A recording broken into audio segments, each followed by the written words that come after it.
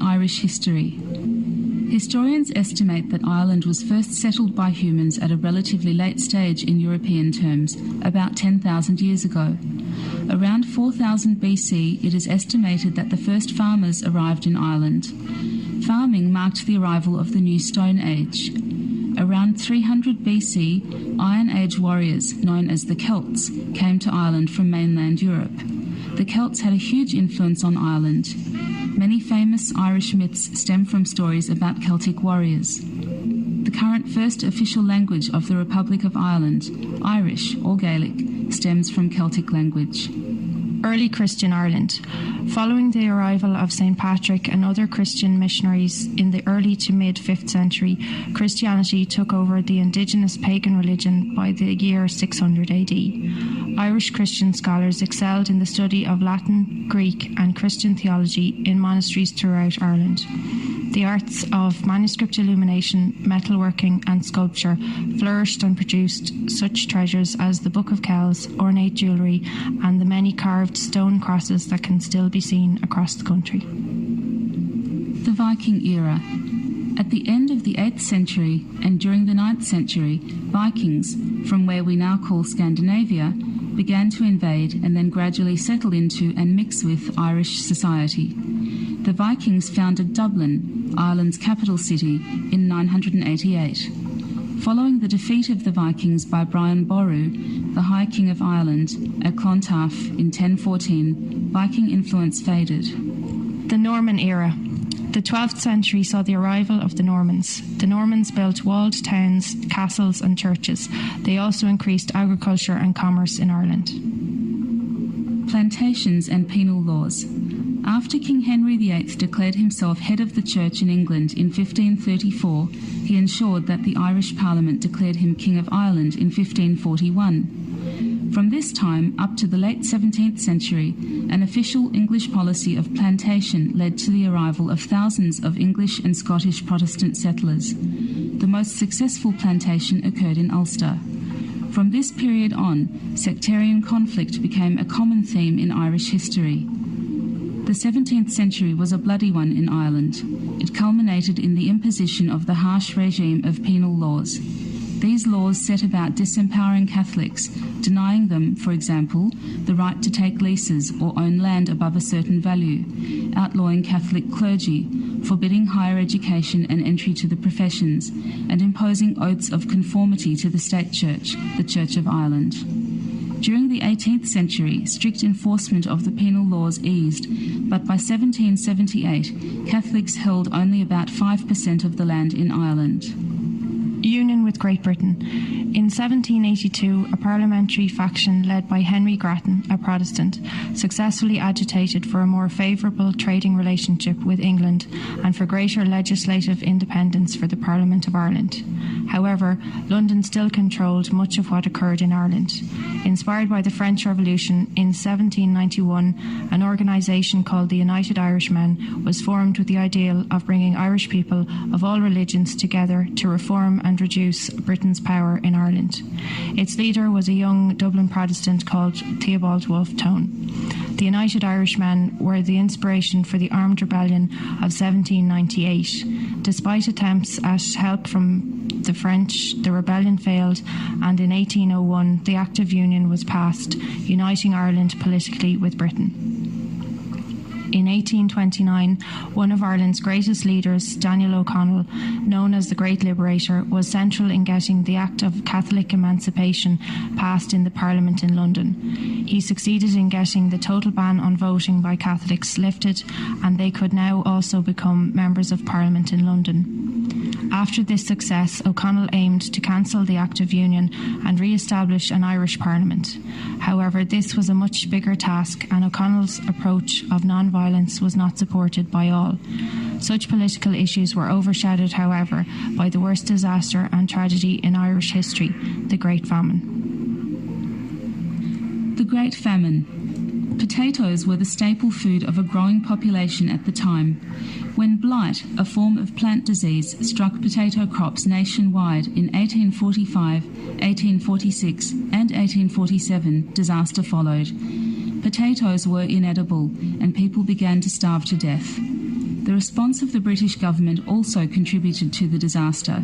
Trade agreements were still controlled by London. While hundreds of thousands of people were suffering from extreme hunger, Ireland was forced to export abundant harvests of wheat and dairy products to Britain and further overseas. Between 1845 and 1851, 2 million people died or were forced to emigrate from Ireland. The population of Ireland has never since reached its pre-famine level of approximately 8 million. Ireland's history of emigration continued from this point onwards, with the majority of Irish emigrants going to the United States of America. Home Rule. There was little effective challenge to Britain's control of Ireland until the efforts of Charles Stewart Parnell, 1846 to 1891. At the age of 31, he became leader of the Irish Home Rule Party, which became the Irish Parliamentary Party in 1882. While Parnell did not achieve Home Rule or self-government, his efforts and widely recognised skills in the House of Commons earned him the title of the Uncrowned King of Ireland. The impetus he gave to the idea of Home Rule was to have lasting implications. In Ulster, in the north of Ireland, the majority of people were Protestants. They were concerned about the prospect of Home Rule being granted, as they would be a Protestant minority in an independent Ireland with a Catholic majority. They favoured the union with Britain. The Unionist Party was led by Sir Edward Carson. Carson threatened an armed struggle for a separate Northern Ireland if independence was granted to Ireland. A Home Rule Bill was passed in 1912, but crucially it was not brought into law. The Home Rule Act was suspended at the outbreak of World War I in 1914.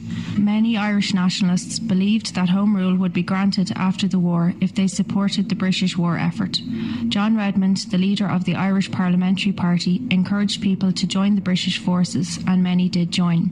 However, a minority of nationalists did not trust the British government, leading to one of the most pivotal events in Irish history, the Easter Rising. Easter Rising. On April 24th, Easter Monday, 1916, two groups of armed rebels, the Irish Volunteers and the Irish Citizen Army, seized key locations in Dublin. The Irish Volunteers were led by Pádraig Pearse, and the Irish Citizen Army was led by James Connolly. Outside the GPO, or General Post Office, in Dublin city centre, Pádraig Pearse read the Proclamation of the Republic, which declared an Irish Republic independent of Britain. Battles ensued with casualties on both sides and among the civilian population. The Easter Rising finished on April 30th with the surrender of the rebels.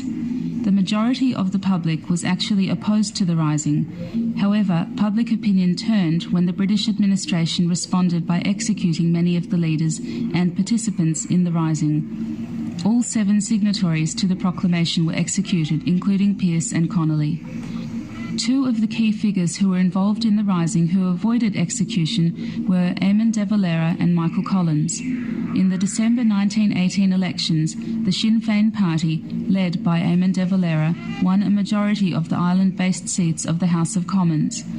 On the 21st of January 1919, the Sinn Féin members of the House of Commons gathered in Dublin to form an Irish Republic Parliament called Dáil Éireann, unilaterally declaring power over the entire island. War of Independence.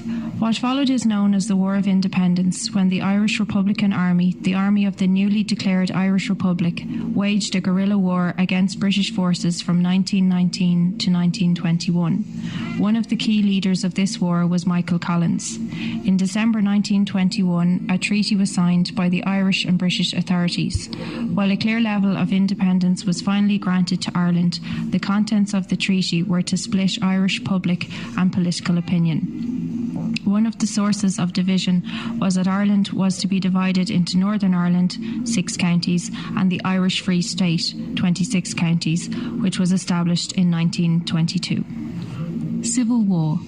Such was the division of opinion in Ireland that a civil war followed from 1922 to 1923 between pro- and anti-treaty forces, with Collins, pro-treaty, and De Valera, anti-treaty, on opposing sides. The consequences of the Civil War can be seen to this day, where the 2 largest political parties in Ireland have their roots in the opposing sides of the Civil War: Fine Gael, pro-treaty, and Fianna Fáil, anti-treaty. A period of relative political stability followed the Civil War. Northern Ireland. Under the same Government of Ireland Act of 1920 that created the Irish Free State, the Parliament of Northern Ireland was created. The Parliament consisted of a majority of Protestants, and while there was relative stability for decades, this was to come to an end in the late 1960s due to systematic discrimination against Catholics. 1968 saw the beginning of Catholic civil rights marches in Northern Ireland, which led to violent reactions from some Protestant loyalists and from the police force. What followed was a period known as the Troubles, when nationalists or Republican and loyalist or unionist groups clashed. In 1969, British troops were sent to Derry and Belfast to maintain order and to protect the Catholic minority. However, the army soon came to be seen as a tool of the Protestant majority by the minority Catholic community. This was reinforced by events such as a Bloody Sunday in 1972, when British forces opened fire on a Catholic civil rights march in Derry, killing 13 people. An escalation of paramilitary violence followed, with many atrocities committed by both sides. The period of the Troubles are generally agreed to have finished with the Belfast or Good Friday Agreement of April 10, 1998. Between 1969 and 1998, it is estimated that well over 3,000 people were killed by paramilitary groups on opposing sides of the conflict. Since 1998, considerable stability and peace has come to Northern Ireland. In 2007, former bitterly opposing parties, the Democratic Unionist Party, DUP, and Sinn Féin, began to cooperate in government together in Northern Ireland. Republic of Ireland, 20th century to present day. The 1937 Constitution re-established the state as the Republic of Ireland. In 1973, Ireland joined the European Economic Community, now the European Union. In the 1980s, the Irish economy was in recession and large numbers of people emigrated for employment reasons. Many young people emigrated to the United Kingdom, the United States of America, and Australia. Economic reforms in the 1980s, along with membership of the European Community, now European Union, created one of the world's highest economic growth rates. Ireland in the 1990s, so long considered a country of emigration, became a country of immigration. This period in Irish history was called the Celtic Tiger. To find places of historical interest